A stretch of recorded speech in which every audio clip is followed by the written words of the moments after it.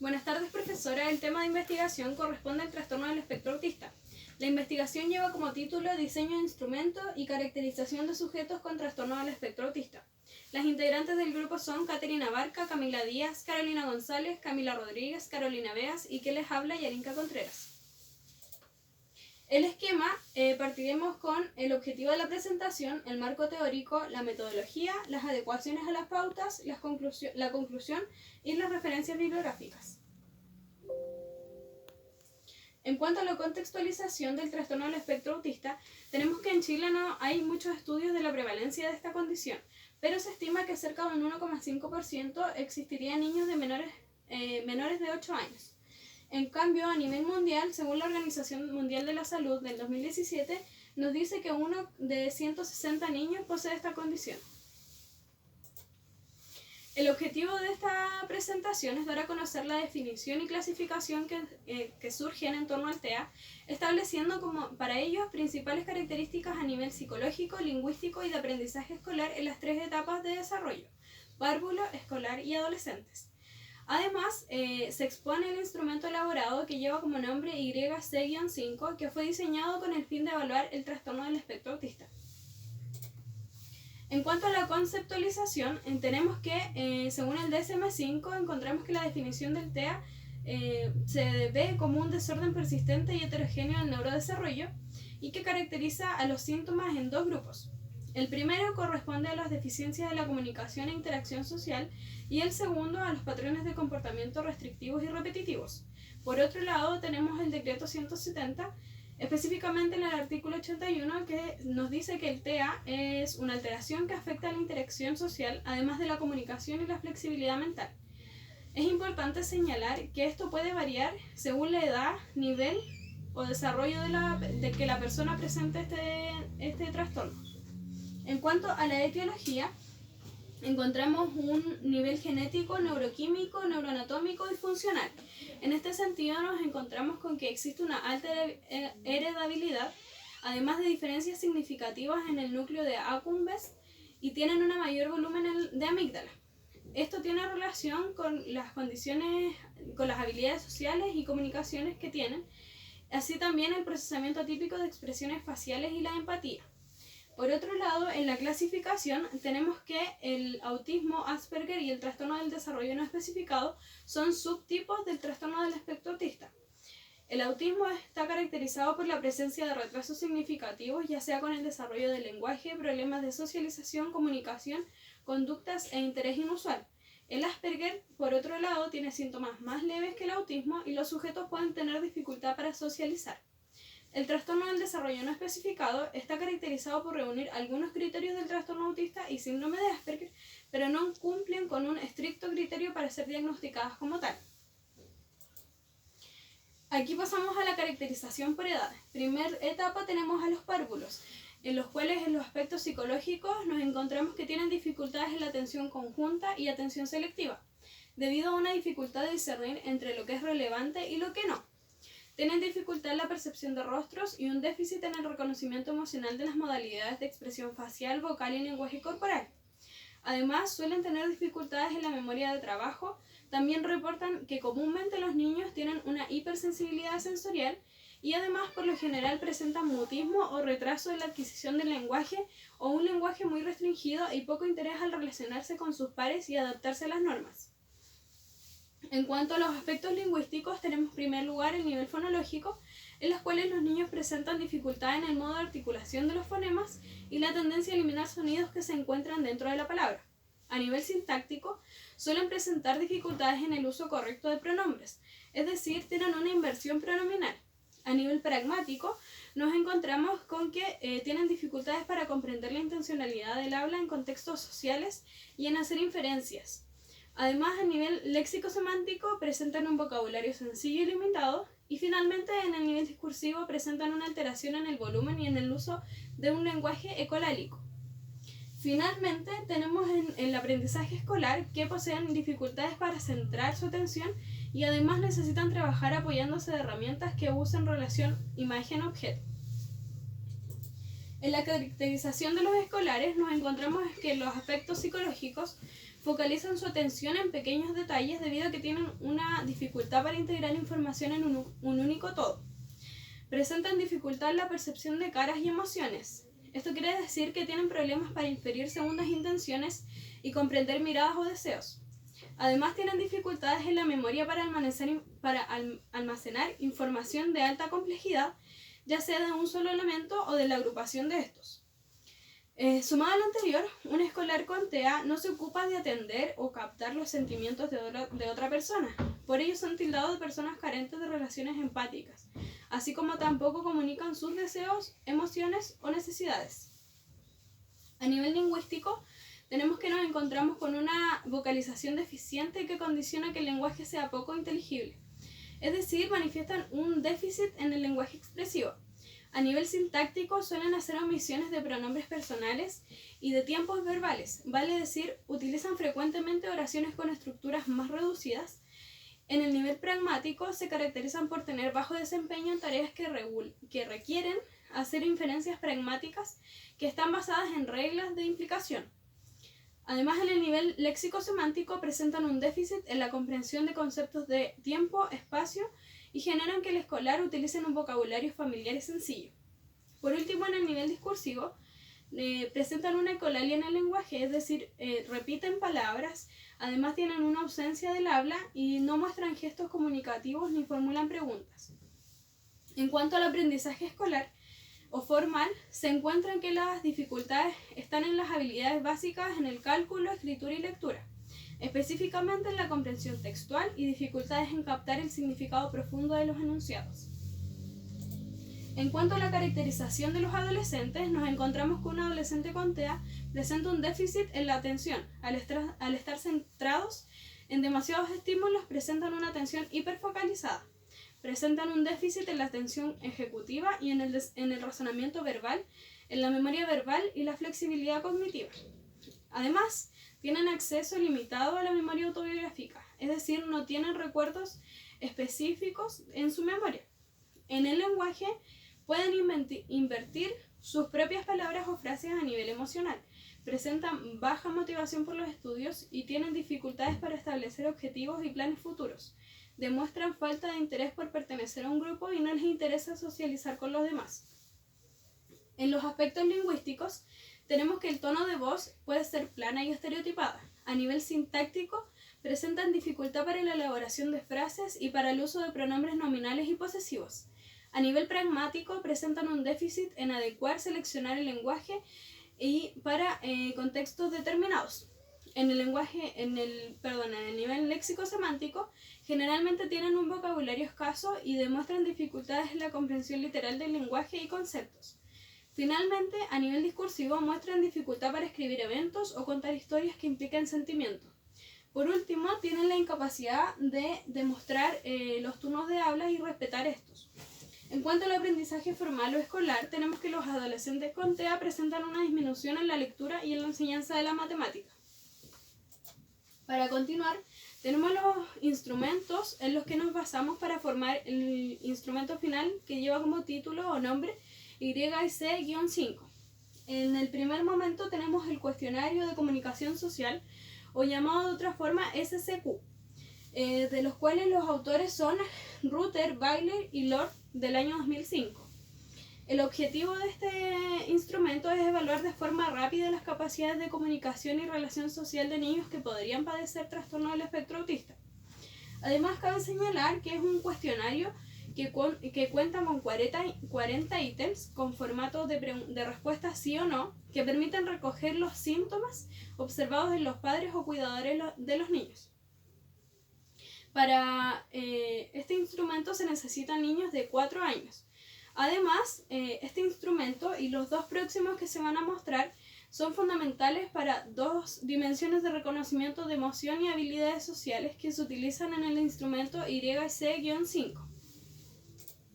En cuanto al segundo instrumento, tenemos el llamado de Childhood Autism Rating Scale, que es más conocido como el CARS, que se crea en el año 1986 por los autores Chopler, Cheichel y Rochen.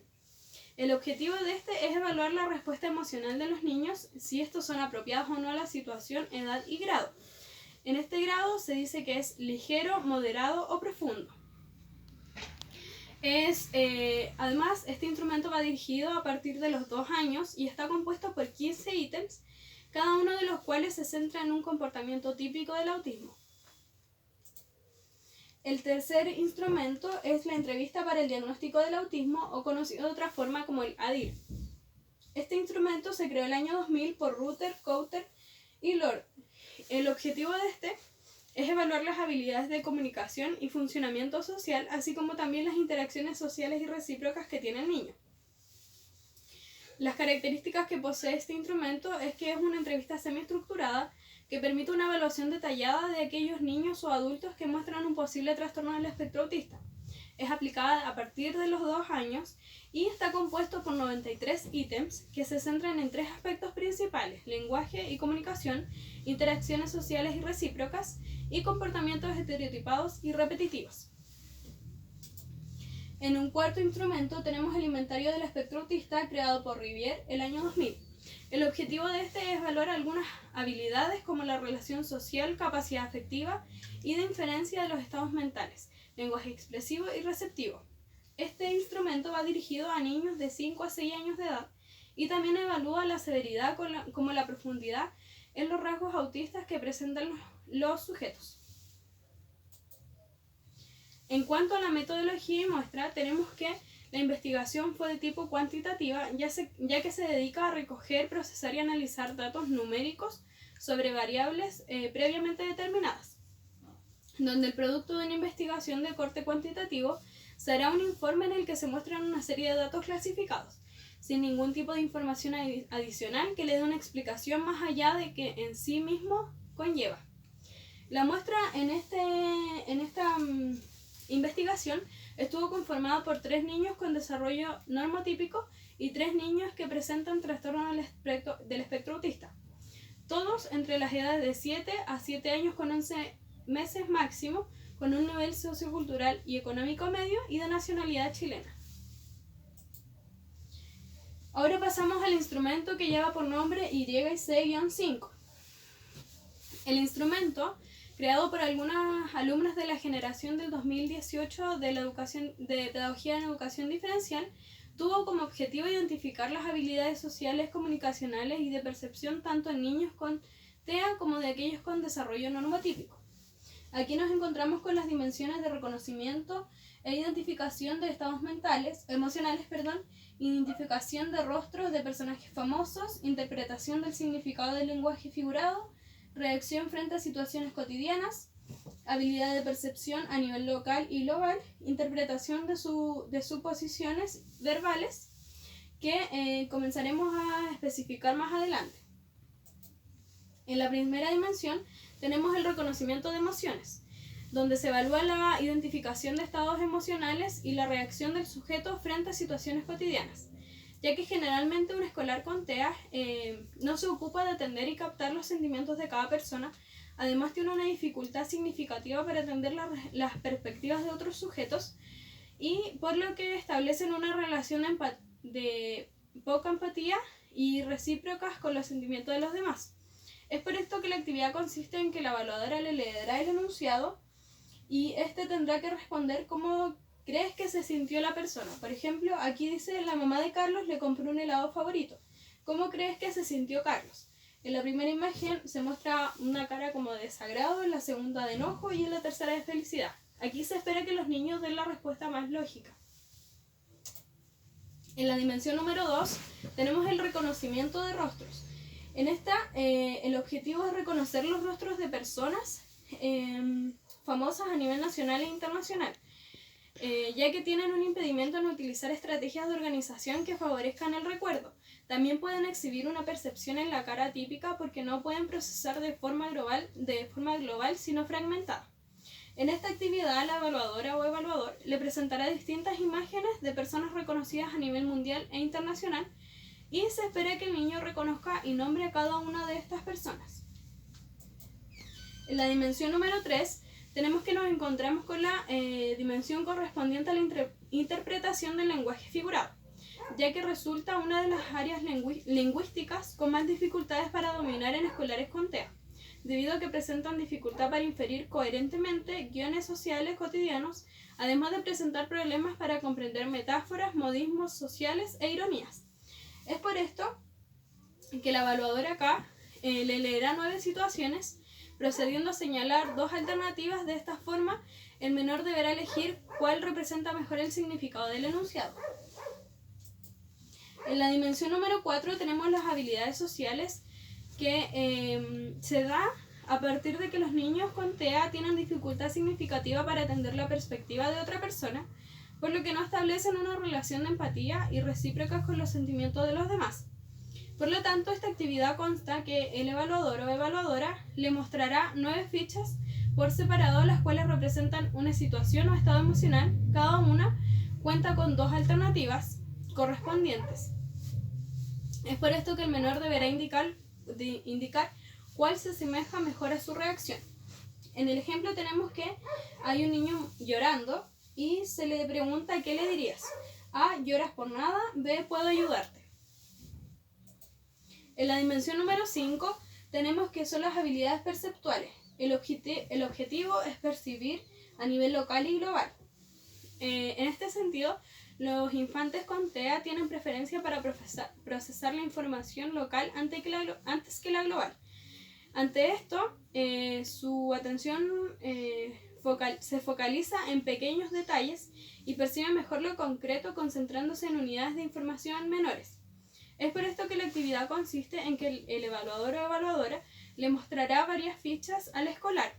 Posteriormente le pregunta de manera individual qué es lo primero que ve en cada una. En esta dimensión se separa que al mostrarle las imágenes, lo primero que vea sean los detalles mínimos. Eso es lo que se espera. En la dimensión número 6 tenemos que son inferencias.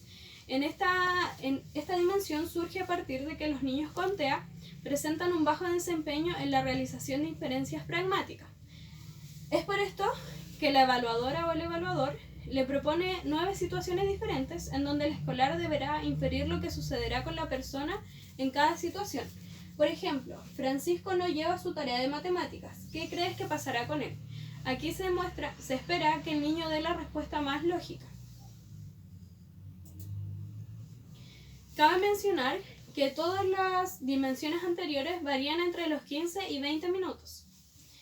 En cuanto a las adecuaciones de las pautas, tenemos que en la anamnesis se realizaron adecuaciones a partir de la caracterización señalada con anterioridad.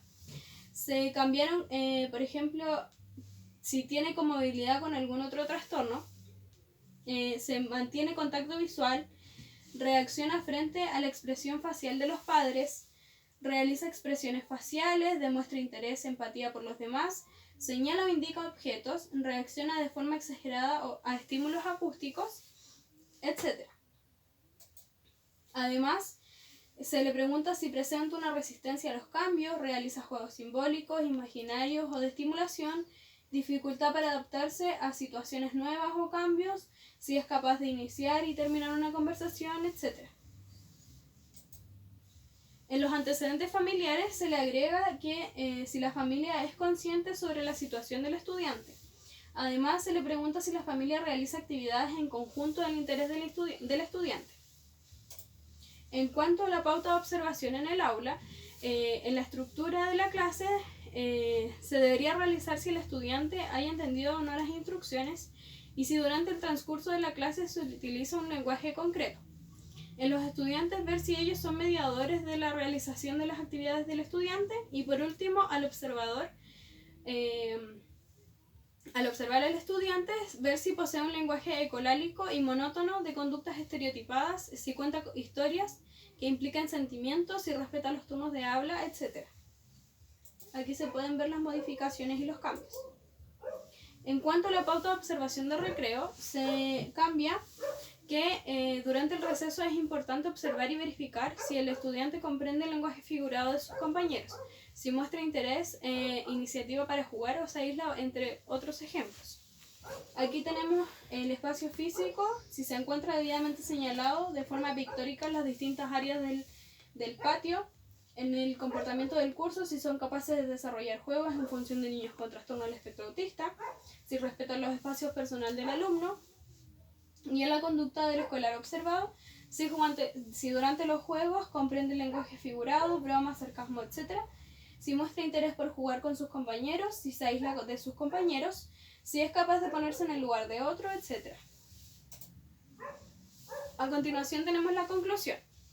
En conclusión, el espectro del trastorno autista o TEA es un trastorno del neurodesarrollo que se caracteriza por alteraciones en el desarrollo de funcionamientos asociadas a la maduración del sistema nervioso central. Se caracteriza por dificultades en la interacción social, en el reconocimiento de emociones y sentimientos, en la percepción de rostros y por presentar generalmente patrones de movimientos estereotipados.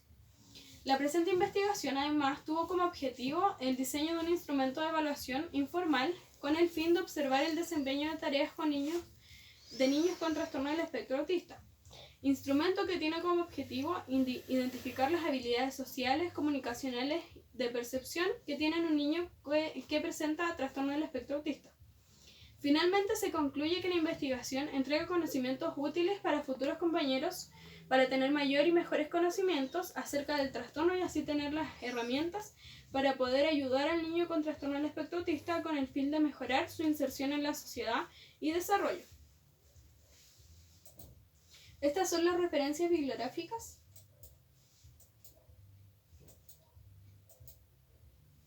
Esta ha sido toda mi presentación por el día de hoy. Muchas gracias por su atención.